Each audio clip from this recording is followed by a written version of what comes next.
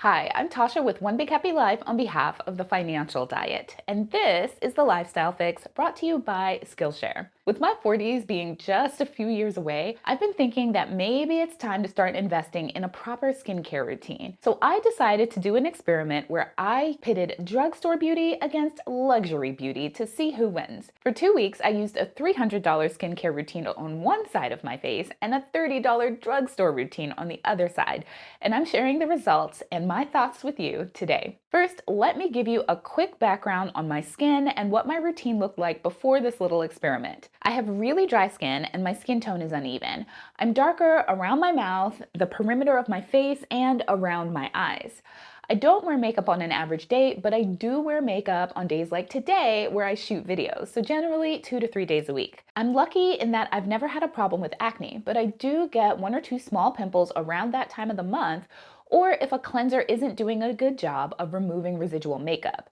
For most of my life, I've washed my face using drugstore cleansers and moisturized with the same lotion that I used on the rest of my body.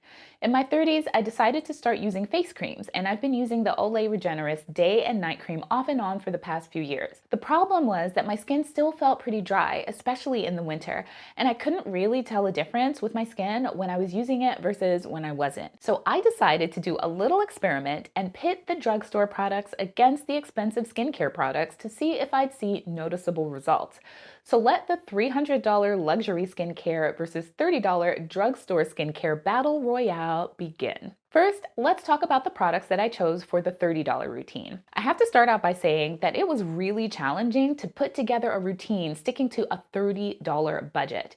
Many of the skincare products, even at the drugstore, are all over $10, especially the face creams. At the very least, I knew that I needed to buy a cleanser, a day cream with SPF, and a night cream.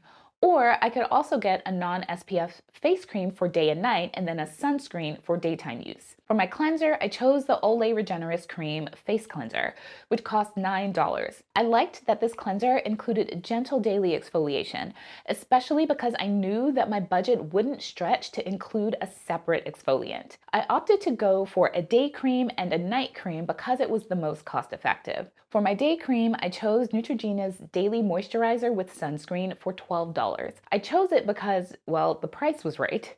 Most face creams were way more expensive, and I was trying really hard to stick to that $30 budget.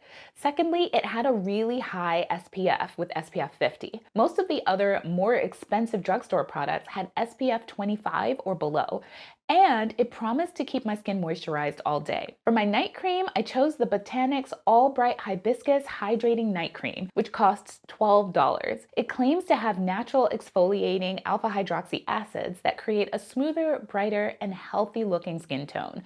I was sold. So my drugstore routine consisted of 3 products for a total of $34. Now let's talk about my $300 luxury care routine. It consisted of a cleanser, toner, exfoliator, serum, mask, eye cream, day cream, and night cream. For the cleanser, I chose Caudaly's Gentle Milk Cleanser, which retails for $28 and claims to effectively clean the skin and remove makeup while also soothing the skin. For the exfoliator, I selected Volition's Turmeric Brightening Polish. It's supposed to soften and hydrate the skin while addressing uneven skin tone and texture and hyperpigmentation, both things that I have issues with. For the toner, I chose Murad's Resurgence Hydrating Toner, which retails for $34. It's an alcohol-free toner that moisturizes and helps lock in moisture. For the serum, I used Volition's Snow Mushroom Water Serum, which retails for $50. It hydrates, reduces the appearance of pores, and evens skin texture. My day cream and night cream were both from Origins. For day, I used the Origins Plantscription with SPF 25, which costs $60, and at night, I used the High Potency Nitamins Resurfacing Cream, which costs $45. Now, I do want to say that I wasn't able to get an SPF 50 in the day cream and fitting within my budget, so there was that. For my eye cream, I chose the Kiehl's Creamy Eye Treatment with Avocado for $30, which claims to provide daily hydration to the eye while also being perfect for using under eye makeup. Lastly, for the mask, I chose the SK2 treatment mask, which costs $17 for one mask. It claims to provide intense hydration and a rich mix of vitamins, organic acids, and minerals that work together to enhance skin cell renewal. After I had my products, the plan was to use the expensive products on one half of my face and the drugstore products on the other half for 2 weeks, and then report on my results. On the days where I wore makeup, I removed it with olive oil and washcloths before starting my skincare regimen. The first and most obvious difference that I noticed was that my expensive routine took a lot longer. I'd put on both cleansers, then I'd rinse them both off. Then I'd put on my drugstore face cream on one side of my face, and I was done with that side. It felt strange to still have 4 to 6 more steps to go on the other side of my face. The very first day that I used the products, I could tell that the drugstore side of my face felt tight and under moisturized, while the luxury side felt supple and moisturized. It looked shiny and dewy, while the other side of my face looked dull, dry, and matte. By day 3, things kind of started falling apart on both sides of my face. My pores on the $300 side definitely looked smaller than the pores on the $30 side, and my face did also feel super hydrated on the $30 side. Now for the downsides. By the second day, I'd started to get 2 to 3 small pimples on my face on the $300 side, as in they would pop up one morning, be almost gone the next morning, but then 2 more will have popped up in other places. Now, I mentioned before that I'm not prone to acne and I don't typically wear makeup, so the constant breakouts were kind of low-key traumatizing. And I was also having issues on the drugstore side. The Olay's Gentle Daily Exfoliant was starting to irritate my skin by day 3, and my skin's texture started to change for the worse. My skin's texture was pretty smooth before the experiment started, and 3 days in, the drugstore side was starting to look like sandpaper. It was particularly noticeable when I wore makeup. By day 5, the drugstore cleanser was making my skin burn, even though I tried to be as gentle as I possibly could while I was cleansing, and the texture just kept getting worse and worse. I swapped out the Olay for another drugstore cleanser that I had on hand, which is Neutrogena's Ultra Gentle Daily Cleanser, which I've used for years. This is when I discovered that Target doesn't generally take returns on open cosmetics, so lesson learned there. The $300 side was doing great, except I was still having issues with new pimples popping up almost every day, which was really frustrating. I tried taking my time with the cleanser to really get my skin clean, but nothing I did stopped the new pimples from popping up. I will say though that the blackheads around my nose disappeared by day 5 on the $300 side, but were still very much there on the $30 side. Once I stopped using the Olay exfoliating cleanser, my skin on the drugstore side stopped burning when I cleansed, but the texture kept getting worse. On day 9, I decided to quit the experiment and stopped using the drugstore products entirely because I didn't like what they were doing to my face. I started using the luxury products on my entire face, and within 3 days, my skin texture looked noticeably better on the drugstore side. So now that I've shared what the experience was like, I'll share some overall thoughts and takeaways I had on the whole thing. Number 1, I really liked having a more involved skincare routine. Before this experiment, I'd never really had a multi-step skincare routine. And at first, I really wanted to just rush through the whole process.